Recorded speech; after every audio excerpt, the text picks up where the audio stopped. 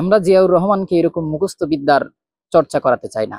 প্রতিবন্ধকতাগুলোকে উপেক্ষা করে আমরা যদি জিয়াউর রহমানের আদর্শকে, জিয়াউর রহমানের শিক্ষা চিন্তা, সংস্কৃত চিন্তা, জিয়াউর রহমানের রাজনীতি চিন্তা, কূটনীতি চিন্তাকে ছড়িয়ে দিতে পারি, তাহলেই মানুষ বুঝতে পারবে যে বিএনপির রাজনীতিটুকু কি। গণশিক্ষা কার্যক্রম 1980 সালে জিয়াউর রহমান শুরু করেন। 44তম শাহাদত বার্ষিকী।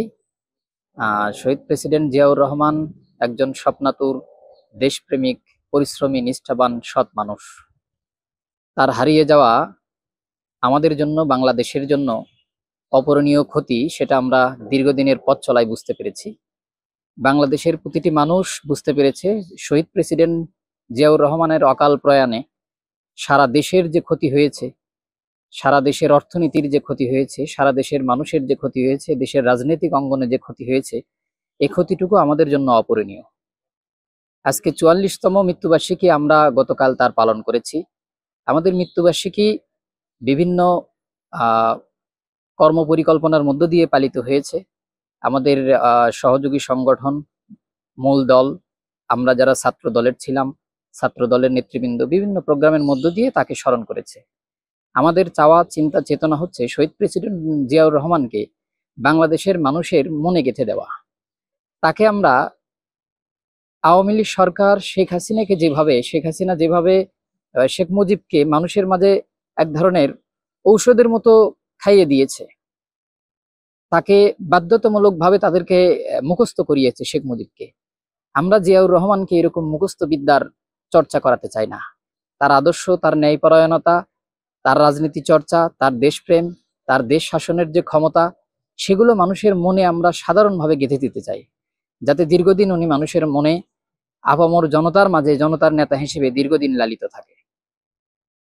শহীদ প্রেসিডেন্ট জিয়াউর রহমানকে নিয়ে অনেক বিষয়ে কথা বলা যাবে, তবে সবচেয়ে গুরুত্বপূর্ণ যে বিষয় আমার কাছে মনে হয়, যেহেতু আমরা ছাত্র রাজনীতি করি, ছাত্রদের বিষয়, শিক্ষা এবং সংস্কৃতির বিষয়ে কিছু অজানা বিষয় আমাদের জানানো উচিত।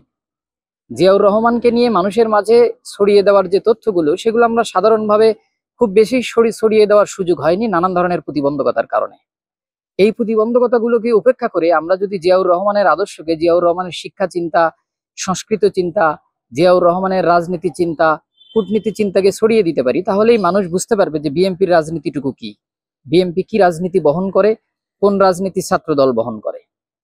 যেমন ধরেন, জিয়াউর রহমান 1976 সালে শিক্ষা বিষয়ে চিন্তা চেতনা করতে গিয়ে 1976 সালে উনি একটি শিক্ষা ওয়ার্কশপ করেন, যেখানে সারা বাংলাদেশের বিভিন্ন ডিস্ট্রিক্ট থেকে শিক্ষক, শিক্ষাবিদরা এসে কিভাবে শিক্ষাকে সমন্বিত করা যায়, কিভাবে শিক্ষাকে সাধারণ মানুষের মাঝে ছড়িয়ে দেওয়া যায়, একটি জাতিসত্তাকে শক্তিশালী ভূমিকায় অবতীর্ণ করা যায় শিক্ষার মধ্য দিয়ে, সেই কাজটি উনি শুরু করেন 1976 সালে।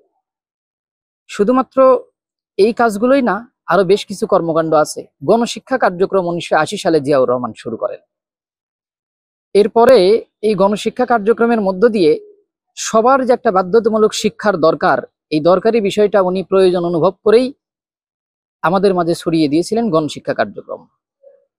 জিয়াউর রহমানের আর একটা উল্লেখযোগ্য ভূমিকা হচ্ছে, আমরা সাধারণ শিক্ষায় শিক্ষিত মেজরিটি লোক বাংলাদেশের, স্বাধীনতা পরবর্তী সময়ে সাধারণ শিক্ষারও যে ঘাটতি ছিল সেটা নিয়ে উনি কাজ করেছেন। এবং আর একটা বিষয় নিয়ে উনি কাজ করেছেন, সেটা হচ্ছে মাদ্রাসা শিক্ষা নিয়ে। ধর্মীয় শিক্ষার বিষয়ে ওনার অনুরাগ ছিল, এটাকে কেন্দ্র করে উনি মাদ্রাসা শিক্ষার প্রতি নজর দিয়েছেন এবং তৎকালীন সময়ে মাদ্রাসা শিক্ষা বোর্ড গঠিত হয়। এবং এরই ধারাবাহিকতায় 1978 সাল পরবর্তী সময়ে উনি ইসলামের প্রসারে, ইসলাম শিক্ষার প্রসারে বাংলাদেশে একটি ইসলামী বিশ্ববিদ্যালয় তৈরি করেছেন কুষ্টিয়াতে। এ তো গেল শিক্ষা অঙ্গনে তার বিচরণ। এছাড়াও শিক্ষাবিদ, শিক্ষা অনুরাগী ছাত্র, দেশের মেধাবী ছাত্রদেরকে নিয়ে উনি একটি সমুদ্র ভ্রমণ করেছেন। যেই সমুদ্র ভ্রমণে উনি নিজে উপস্থিত ছিলেন, দেশের প্রায় কয়েকশো শিক্ষার্থী উপস্থিত ছিলেন, যাদেরকে একটাই জানানোর উদ্দেশ্য ছিল যে এ দেশে কি কি সম্পদ আছে এবং সেই সম্পদগুলো আমরা কিভাবে কাজে লাগাতে পারি।